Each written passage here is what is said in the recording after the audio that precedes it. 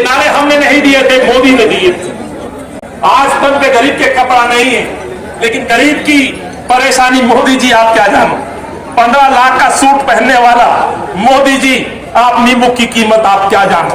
मेरी बहनें बैठी है, मैंने सुना है मोदी जी बड़ा अच्छा मशरूम खाते हैं। एक नींबू की कीमत मोदी जी आप क्या जानो, उस गरीब से पूछना। आजकल हिमाचल की वादियों में आनंद ले रहा है। महंगाई के और गरीबों के अधिकारों के लिए कौन लड़ रहा है? कौन लड़ रहा है? कौन लड़ रहा है? आज दिल्ली के अंदर शराब सस्ती और सब्जी जहां संगी मोदी इस देश के ऊपर अत्याचार कर रहा है, तो माफ करना, वहां संगी केजरीवाल भी कसर नहीं छोड़ रहा है। और मीडिया के मेरे भाई, श्रीलंका की महंगाई को तो महंगाई बताते हैं, लेकिन हिंदुस्तान की महंगाई को महंगाई नहीं बताते। 20,000 आंगनबाड़ी कार्यकर्ता धरने में बैठी रही, सुनने अपने घर से बाहर नहीं निकला केजरीवाल। मैं आज आपसे ईमानदारी से कहना चाहता हूं अपने नेताओं के सामने, आप सबको गर्व महसूस करना चाहिए अपने पूर्वजों की इस पार्टी पर, जो आज भी अपनी नीति से समझौता नहीं करती। ये संघियों पे नहीं है, संघियों पे तो अंग्रेजों के सर्टिफिकेट है मुखबरी की।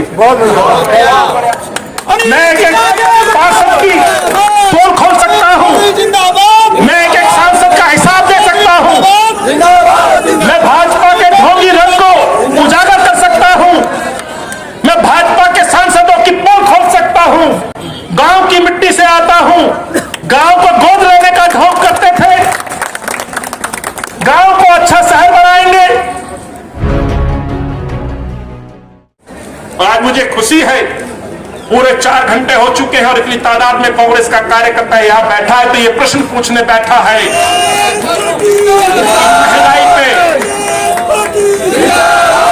महंगाई पे लगाम कब लगेगी, अच्छे दिन कब आएंगे, 15 लाख कब आएंगे। ये नारे हमने नहीं दिए थे, मोदी ने दिए थे। आज तक पे गरीब के कपड़ा नहीं है, लेकिन गरीब की परेशानी मोदी जी आप क्या जानो। 15 लाख का सूट पहनने वाला मोदी जी, आप नींबू की कीमत आप क्या जानो।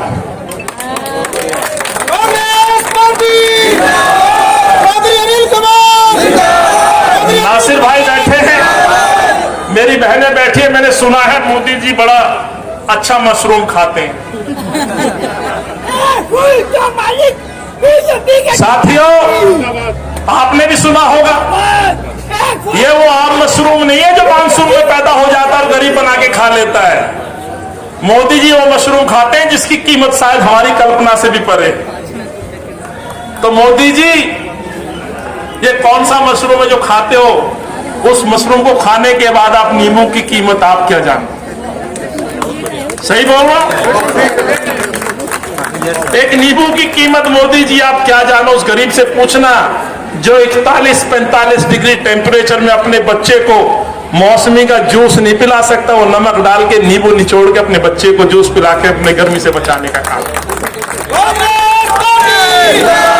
मोदी जी और भाजपा के उन नेत्रियों को कहना चाहता हूं कि आप सरमाएदारों की जो पार्टी है वो गरीब का दर्द नहीं जानते, वो नींबू में नमक डाल के अपने बच्चों को लू से बचाने का काम करते हैं। इसलिए आप नमक की कीमत आप क्या जानते।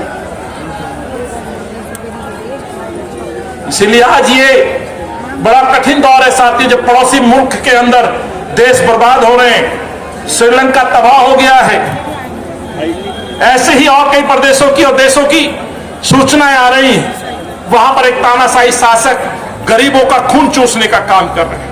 एक बड़ा शासक और एक दिल्ली का छोटा शासक, उसमें भी कहना चाहता हूं, आजकल हिमाचल की वादियों में आनंद ले रहा है।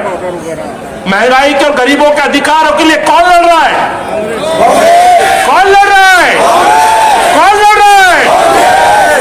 राहुल गांधी। कौन लड़ रहा है? कौन लड़ रहा है? और घूम कौन रहा है? घूम कौन रहा है? शराब माफिया। शराब माफिया घूम कौन रहा है? इसीलिए अंत में कहना चाहता हूं, बहुत तादाद में मेरे साथी यहां बैठे, मातृशक्ति बैठी है। आज दिल्ली के अंदर शराब सस्ती और सब्जी शराब पे एक बोतल के साथ एक और तोरई के साथ मैं अपने पत्रकार भाई से कहूंगा बयान ले लो, मेरी बहन कह रही है पहले धनिया लुबाब में मिलता था, आज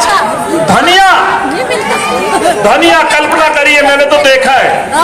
आज के हो सकते हैं एनएसआई के बच्चे न जानते, नहीं जानते। पहले धनिया लुभाव में और धनिया के साथ हरी मिर्च भी, तो हरी मिर्च की तो कल्पना छोड़ दीजिए, आज धनिया भी जो 10 रुपए की गुच्छी मिलती है अलग से। सही बोल रहा हूँ? मेरी बहनें हाथ खड़ा करे, सही बोल, ये दर्द जानती हैं। बिल्कुल, हमसे पूछिए। ये देखो खड़ा होकर, अब धनिया फ्री मिलता है, कुछ मर्द भी कह रहे हैं, लेकिन ये सच है। आज ना धनिया फ्री ना मिर्च फ्री, इस दिल्ली में कुछ फ्री तो दारू फ्री। शर्म आनी चाहिए अरविंद केजरीवाल।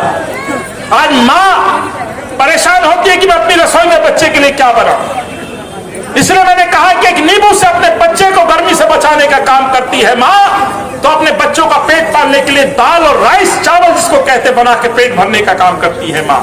लेकिन माँ को चिंता रहती है, बहन को चिंता रहती है, मंथ के स्टार्टिंग में सैलरी मिलेगी और उस सैलरी का कहीं प्रयोग मेरा घर वाला कोई शौकीन भाई उसको दारू पे खर्च ना कर। मैं आज दावे के साथ कहना चाहता हूं अपनी बहनों से, अपने आस पड़ोस में देखिएगा, कई जो शौकीन भाई हैं उन्होंने अपनी तनख्वाह एक के एक फ्री के चक्कर में पेटियों दर्जन पेटियां स्टोर कर ली, दर्जन पेटियां स्टोर कर ली है। और डेली जो व्यक्ति पहले 1-2 पैक लेता था पूरा पौवा लेने लग गया, जब पौवा लेता था वो अद्धा लेने लग गया है, वो नशे से बाहर नहीं आ रहा है। ये मैं सच बता रहा हूं आपको, ये हंसी की बात नहीं है। और आपने दिल्ली को नशे की राजधानी बताई। नासिर भाई हाथ जोड़ के विनती है, अगली बार जब शासन लगे तो ये दिल्ली की आवाज जरूर उठाइएगा। मैं आपसे कहना चाहता हूं सबसे ज्यादा परेशान कोई है तो मेरी बहनें परेशान है। जब घर का मुखिया, भाई, बेटा, पति जब दारू की तरफ आकर्षित होता है तो उसको डर नजर आता है कि मेरा घर का रसोई का बजट कैसे चले। इसलिए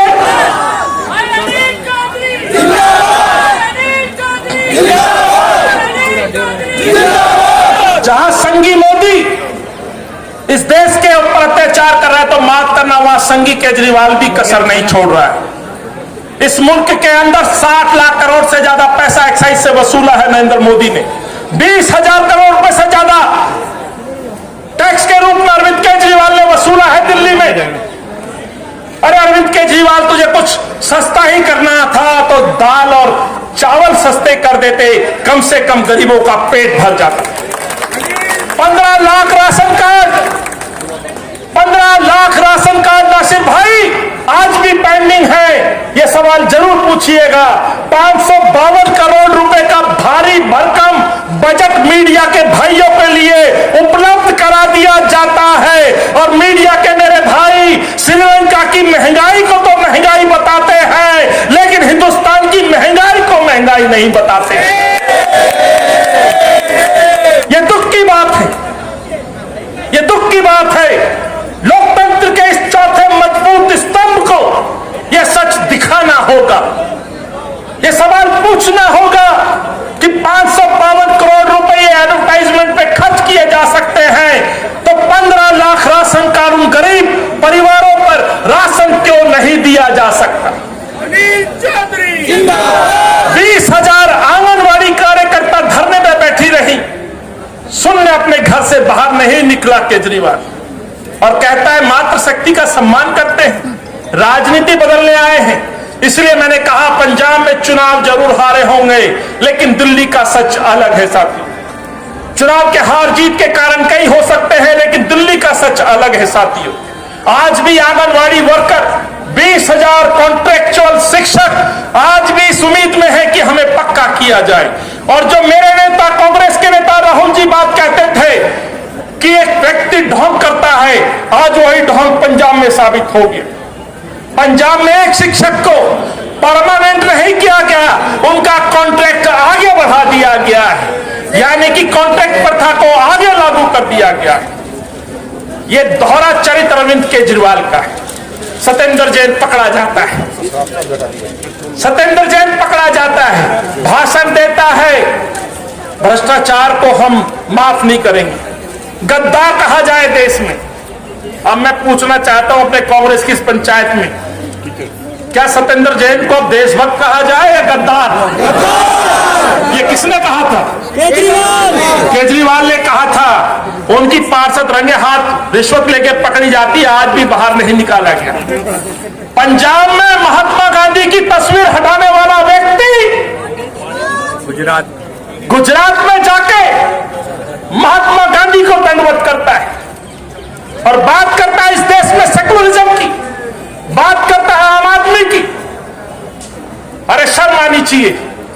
साथियों, मैं आज आपसे ईमानदारी से कहना चाहता हूं अपने नेताओं के सामने, आप सबको गर्व महसूस करना चाहिए अपने पूर्वजों की इस पार्टी पर जो आज भी अपनी नीति से समझौता नहीं करती। आज भी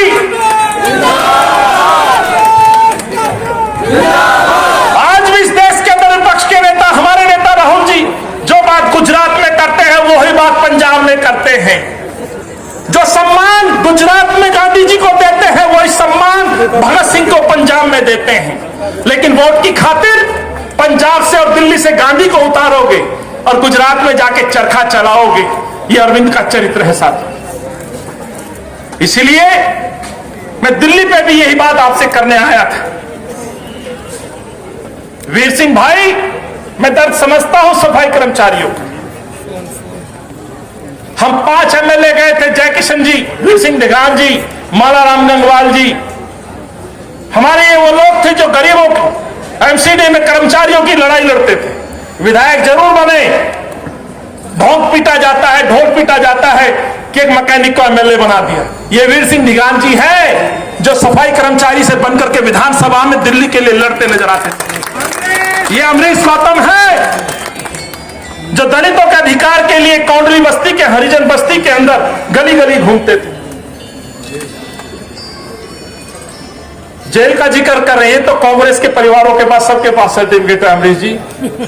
ये संघियों पे नहीं है, संघियों पे तो अंग्रेजों के सर्टिफिकेट है मुखबरी की। तो ये आपको बताने की जरूरत नहीं है।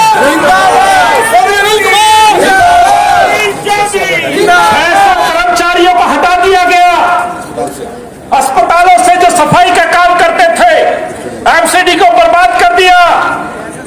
कॉन्ट्रैक्ट प्रथा के खिलाफ लड़ने वाला व्यक्ति जो ढोंग करता था आज भी कॉन्ट्रैक्ट प्रथा को लागू करता है। डीटीसी हो, आंगनवाड़ी हो, टीचर हो, डीबीसी चेकर हो, सबके सब इस उम्मीद में है कि हमें कब पक्का किया जाएगा। और ढोंग करता है कि हमने जल बोर्ड के लोगों को पक्का कर दिया। शर्म आनी चाहिए बेईमान आदमी। ये वो लोग थे जो कंपनसेट ग्राउंड में 5% के जो हकदार होते हैं, जिनके माता पिता ड्यूटी के ऊपर जिनका देहांत हो गया, उनको आप उदाहरण बना करके जनता को गुमराह कर दिया। तो इसलिए कहना चाहता हूं साथियों, मुझे मालूम है आपकी उम्मीद भरी निगाहें मुझे अभी घंटों सुन सकती है और मैं घंटों बोल सकता हूं।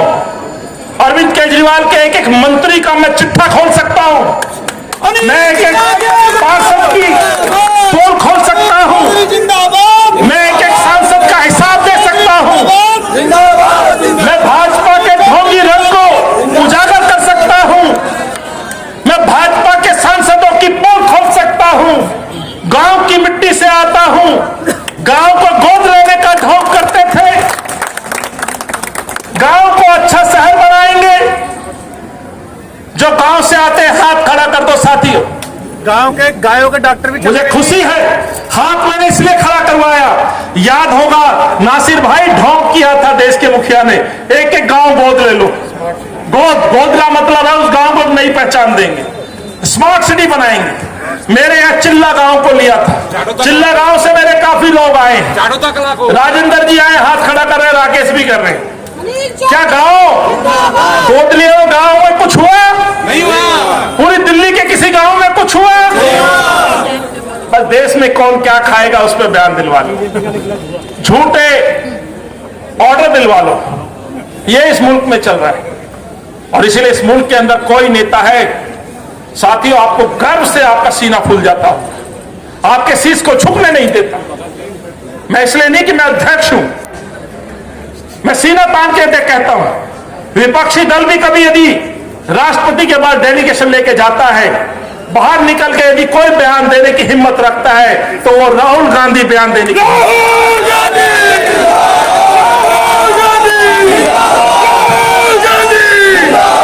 अंत में यही कहते हुए इस माफी के साथ समय बहुत